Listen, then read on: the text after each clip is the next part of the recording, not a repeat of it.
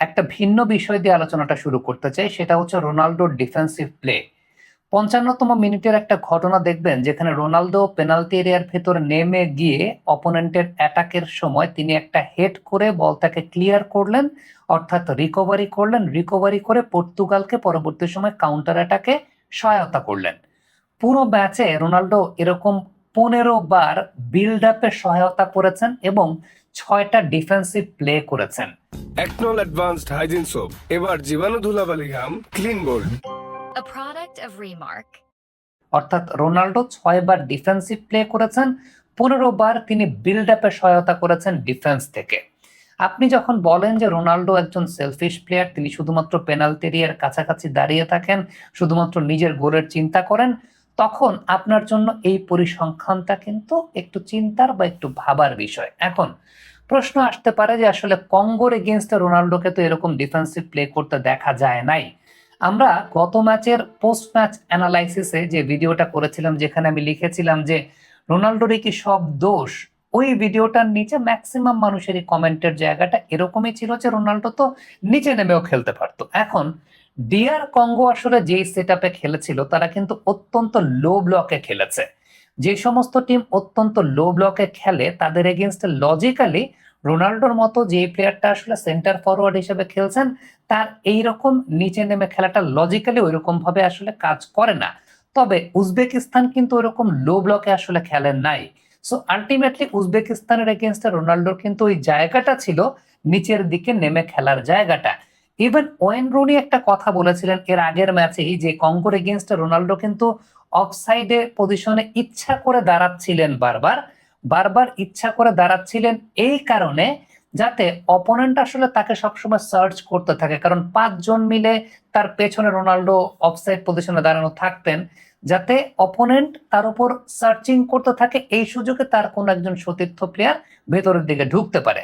So ultimately এটা Wayne Rooney বোঝেন, কারণ তিনি একজন ফুটবল বোদ্ধা, টপ পর্যায়ে ফুটবল খেলেছেন, বাট সবার হয়তো সেটা বোঝার মতো ক্ষমতা থাকবে না। এবারে এই ম্যাচের প্রেক্ষাপটে বলি, সেটা হচ্ছে রোনাল্ডোর যে দ্বিতীয় গোলটা, সেই দ্বিতীয় গোলটা খুবই ইন্টারেস্টিং। একটা বিষয় খেয়াল করে দেখবেন যে ব্রুনোকে রোনালদো নিজে হাত দিয়ে ডিরেকশন দিচ্ছেন যে আসলে কোন দিকে বলটা দিতে হবে। এটার চাইতেও বড় বিষয় যে ভাই লোকটার বয়স ৪২, এই লোকটা ওই রানটা মানে ডিরেকশনটা দিয়েছেন যে ভাই তুই আমার ওইদিকে বলটা দে, কিন্তু তারপরে ওই ক্ষিপ্র গতিতে দৌড়ে গিয়ে বলটাকে ধরার যে জায়গাটা, দ্যাট ইজ ক্রিশ্চিয়ানো রোনালদো। এই কারণে আমি বললাম যে কিংবদন্তিদের অবসর নিয়ে আপনি কথা বলেন, কিংবদন্তিদের আসলে কোনো অবসর হয় না, কিংবদন্তিরা কিংবদন্তি। এবারে আমি সেট পিস নিয়ে আলাদা করে একটু কথা বলি। আমরা বিশ্বকাপ শুরুর আগে অনফিল্ডের পর্দায় একটা ভিডিও করেছিলাম যেটার বিষয়বস্তু ছিল এই পর্তুগালের আসল বা হিডেন সুপারস্টারটা আসলে অ্যাস্টন ভিলার সেট পিস স্পেশালিস্ট, যিনি এই পর্তুগাল দলটার অ্যাসিস্ট্যান্ট কোচ হিসেবে কাজ করবেন এবং সেট পিসে পর্তুগাল যে অনন্য হবে এটা আমরা বিশ্বকাপ শুরুর আগেই আপনাদেরকে জানিয়েছিলাম। যারা অনফিল্ড দেখেন বিশ্বকাপ শুরুর আগে আপনারা হয়তো এই ভিডিওটা দেখেছিলেন, তখন অনেকের কাছে অবাক লাগেছিল যে আরে এটা আবার কোনো কথা নাকি, সেট পিসে কি এমন করবে, সেট পিসে পর্তুগাল কি এমন করেছে, এই লোক কি এমন করবে, অ্যাস্টন ভিলাতে সে কি এমন করেছে। বাট এই ম্যাচে কিন্তু সেটার একটা বড় প্রমাণ আপনি পেয়েছেন। প্রথমত আপনি যদি চিন্তা করে দেখেন যে রোনাল্ডো যে ডামিটা দিলেন প্রথম গোলটার সময় আর দ্বিতীয় গোলটার সময়, যে ডামিটা রোনাল্ডো দিলেন, পরবর্তী সময় যে গোলটা হলো আমরা দেখলাম সেট পিস থেকেই, আলটিমেটলি সেটা কিন্তু একটা অনেক বড় প্রমাণের জায়গা। দ্বিতীয়ত আরেকটা জায়গা দেখায় যেখানে রোনাল্ডো একটা ডেকয় রান নিলেন, সেটা গোল হয় নাই, রোনাল্ডো একটা ডেকয় রান নিলেন, দেন ব্রুনো সেখানে একটা চিপ করলেন, দেন আলটিমেটলি গোলের একটা সম্ভাবনা ছিল। আর দ্বিতীয় গোলটা যে মানে যে আত্মঘাতী গোল যেটা হয়েছিল, সে আত্মঘাতী গোলটার সময় খেয়াল করে দেখেন যে ডেড বল সিচুয়েশন থেকে ব্রুনো 0 ডিগ্রি অ্যাঙ্গেলে যেভাবে শটটাকে করলেন, আফটার দ্যাট একটা আত্মঘাতী গোল, সেটা আত্মঘাতী গোল হতে বাধ্যই ছিল। তো এই জায়গায় কিন্তু ওই ভদ্রলোকের, যিনি সেট পিস স্পেশালিস্ট, আমি আরেকটা ভিডিও আলাদা করে করব এই ভদ্রলোককে নিয়ে, তার কিন্তু একটা অনেক বড় অবদানের জায়গা আছে বা তার স্ট্র্যাটেজির একটা অনেক বড় অবদানের জায়গা আছে, যেখানে অ্যাস্টন ভিলা কিন্তু এই সেট পিস দিয়েই আলটিমেটলি ইউরোপা লিগের শিরোপা জিতেছিল, যেটা আমরা অনফিল্ডের পর্দায় আপনাদেরকে আগেই জানিয়েছিলাম এই বিশ্বকাপের আগে। এবার এই ম্যাচে আসলে কিভাবে পর্তুগাল তাদের অ্যাটাকটা সৃষ্টি করেছে সেই ব্যাপার নিয়ে যদি আলোচনা করতে চাই, তাহলে এখানে সবচেয়ে ইম্পর্টেন্ট ব্যাপার ছিল যে বার্নার্ডো সিলভাকে কিন্তু পর্তুগাল এই ম্যাচটাতে নামায় নাই। বার্নার্ডো সিলভার জায়গায় ফেলিক্সকে নামিয়েছে।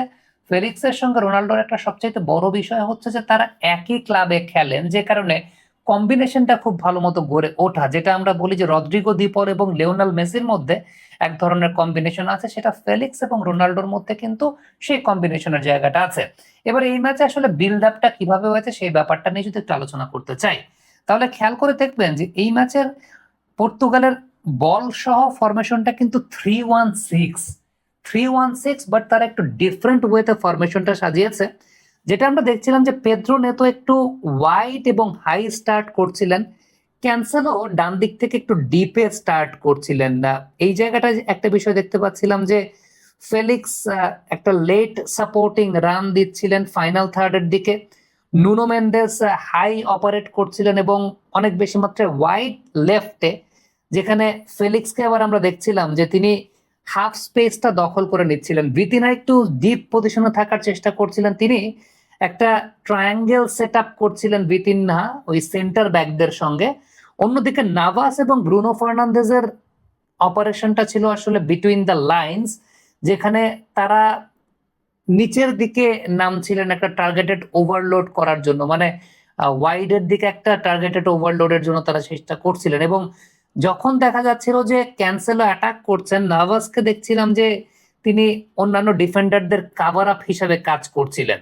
সো এই জায়গাটায় দেয়ার ওয়াজ আ গ্রেট ব্যালেন্স। এবং রোনাল্ডোর ক্ষেত্রে যদি আপনি বলেন, তাহলে রোনাল্ডো কিন্তু, যেটা আমি বলছিলাম যে ডিফেন্সিভ প্লেতে এই ম্যাচে 6টা ডিফেন্সিভ অপারেশন তিনি করেছেন, 15টা বিল্ড আপে সহায়তা করেছেন। তার পিচ ম্যাপ যদি লক্ষ্য করে দেখেন, তাহলে সেখানেও আপনি খেয়াল করবেন। আরেকটা বিষয় আমি এর আগের দিনের ভিডিওতে বলেছিলাম যে ভাই, আপনি যদি রোনাল্ডোকে 5টা চান্স দেন, রোনাল্ডো আপনাকে 2টা গোল করে দিবে। রোনাল্ডোকে প্রথমার্ধে 4টা চান্স ক্রিয়েট করে দেওয়া হয়েছিল, রোনাল্ডো 2টা গোল করে দিয়েছেন। আগের ম্যাচে প্রবলেমটা কোথায় ছিল? একনল অ্যাডভান্সড হাইজিন সোপ, এবার জীবাণু ধুলাবালি ঘাম clean gold. A product of Remark. আগের ম্যাচে প্রবলেম ছিল রোনাল্ডোকে কেউ চান্সই ক্রিয়েট করে দেয় নাই। আগের ম্যাচে যে বিষয়টা প্রবলেম ছিল, কেউ না ব্রুনো ফার্নান্দেজ, না ধরেন বার্নার্ডো সিলভা, কেউ একটা চান্সও, ভিতিনহা কেউ একটা চান্সও ক্রিয়েট করতে পারেননি আগের ম্যাচটাতে। সো আগের ম্যাচটাতে যখন চান্স ক্রিয়েট করতে না পারবে, রোনাল্ডো আসলে গোল কেমনে দিবে, সেটা তো একটা প্রশ্নের জায়গা। এটাই গত ম্যাচে আমি আসলে প্রশ্নটা করেছিলাম। তখন একটা কথা আমি বলেছিলাম যে রোনাল্ডোকে আপনি 5টা চান্স দিবেন, রোনাল্ডো আপনাকে 2টা গোল করে দেবে। সো 4টা চান্সে 2টা গোল রোনাল্ডো কিন্তু করে দিয়েছেন, একটার চান্স রোনাল্ডো কম নিয়েছেন। এবারে সবশেষে একটা কথা বলি, যখন লিওনেল মেসিকে নিয়ে অনফিল্ডের পর্দায় আমরা কোনো ভিডিও করি, দর্শকদের একাংশ আমাকে আর্জেন্টিনার ঘোর সমর্থক বানিয়ে দেন। দেখেন, আপনারা সাপোর্টার, আপনারা সাপোর্টিং পয়েন্ট অফ ভিউ থেকে সাপোর্ট করবেন, প্রিয় প্লেয়ারকে নিয়ে চেয়ার করবেন। আমার কাজটা, আমার পেশাটা বিশ্লেষণ করা, ক্রীড়া বিশ্লেষণ করা। 12 বছর ধরে যমুনা টেলিভিশনে এই কাজটার জন্য আমাকে রাখা হয়েছে। আমি যখন কোনো বিশ্লেষণ করব, আমি যখন কোনো কিছু বলবো, আমি সাপোর্টিং সত্তা মাথায় রেখে বা আমার কোনো দল আসলে ওই জায়গায় মাথায় রেখে আমি বিশ্লেষণ করব না। যদি, আজকে একটা কথা বলে দেই, যদি আমি সাপোর্টিং সত্তা মাথায় রেখে বিশ্লেষণ করতাম, পর্তুগাল জেতার পরে আজকে সকাল থেকে আমি 50টা ভিডিও করতাম। বাট আমি ম্যাচ পিপলের অন্তর্গত না, আমার কাজটা প্রফেশন। আমি যেই প্রতিষ্ঠানে কাজ করি, সেই প্রতিষ্ঠান আমাকে যতটা ভিডিও বানাতে বলবে আমি ততটা ভিডিও বানাবো। I am a worker. Sponsor যারা আছে একনলের মতো, তারা আমাকে যতটা ভিডিও বানাতে বলবো, যে বিষয় নিয়ে ভিডিও বানাতে বলবে, আমি সেই বিষয় নিয়ে ভিডিও বানাবো। এখানে আমার হাতে আসলে কোনো কিছু নাই। I am a worker, I am an employee. আমি একজন এমপ্লয়ি।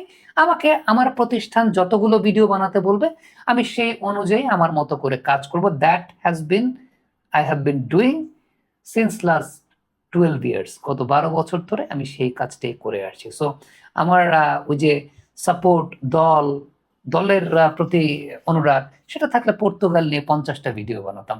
আমাকে স্পন্সর যতগুলো ভিডিও বানাতে বলেছে, আমার প্রতিষ্ঠান যতগুলো বানাতে বলেছে, আমি ততগুলো বানিয়েছি। এবারে দেখেন, ওই পর্তুগালের কথা যেহেতু বললাম, এখন পর্তুগালের দুর্বলতা নিয়ে একটু কথা বলি। পর্তুগালের সর্বোচ্চ দুর্বলতার জায়গাটা হচ্ছে তাদের ডিফেন্স এবং মিডফিল্ডের মধ্যে গ্যাপ অনেক বেশি থাকে, এবং একটু হাই স্পিডে টিম হলে, টিম যদি জার্মানি হয়, টিম যদি স্পেন হয়, টিম যদি ফ্রান্স হয়, একটু হাই স্পিডে, ইভেন টিম যদি আর্জেন্টিনা হয়, একটু হাই স্পিডের টিম হলে তারা কিন্তু আলটিমেটলি পর্তুগালের এগেনস্টে গোল দিয়ে ফেলবে। গতকাল কিন্তু গোল দিয়ে ফেলেছিল একটা, যদিও উজবেকিস্তানের সেই গোলটা পরবর্তী সময় বাতিল হয়ে গিয়েছিল, যে কারণে পর্তুগাল বেঁচে গেছে আর কি। সো এটা একটা পর্তুগালের অনেক বড় দুর্বলতার জায়গা আছে, তাদের মিডফিল্ড এবং ডিফেন্সের মধ্যে প্রচুর স্পেস থাকে। এই স্পেসের জায়গাটা পর্তুগাল যদি রিকভারি করতে না পারে, তাইলে পরে কিন্তু বড় টিমের এগেনস্টে বা স্পিডি টিমের এগেনস্টে খবর আছে। সো এই যে দেখেন, বিশ্লেষকের জায়গা থেকে আসলে বিশ্লেষণ করলাম। আর ওই যে মেসিকে নিয়ে যখন কথা বলি, ভাই গ্রেটেস্ট অফ অল টাইমকে নিয়ে কথা বললে পরে সেটা তো একটা বিশ্লেষকের বিশ্লেষণের জায়গায়, he is the greatest of all time, no doubt about that. যা করেছেন এখন পর্যন্ত সেটা তাকে গ্রেটেস্ট অফ অল টাইমই করে। আর রোনাল্ডো আমার পার্সোনাল ফেভারিটের জায়গা। এখন কারো পার্সোনাল ফেভারিটটা হলে সে যে গ্রেটেস্ট অফ অল টাইম হতে হবে, সেখানেরও আসলে কোনো কথা নেই। বাট ওই যে যারা বলেন যে রোনাল্ডোর অবসর নিয়ে নেওয়া উচিত বা রোনাল্ডো সেলফিশ খেলা খেলেন, আমি বিশ্লেষণ করে আপনাকে ব্রেকডাউন করে আসলে দেখিয়ে দিলাম ব্যাপারটা কেমন। Thank you.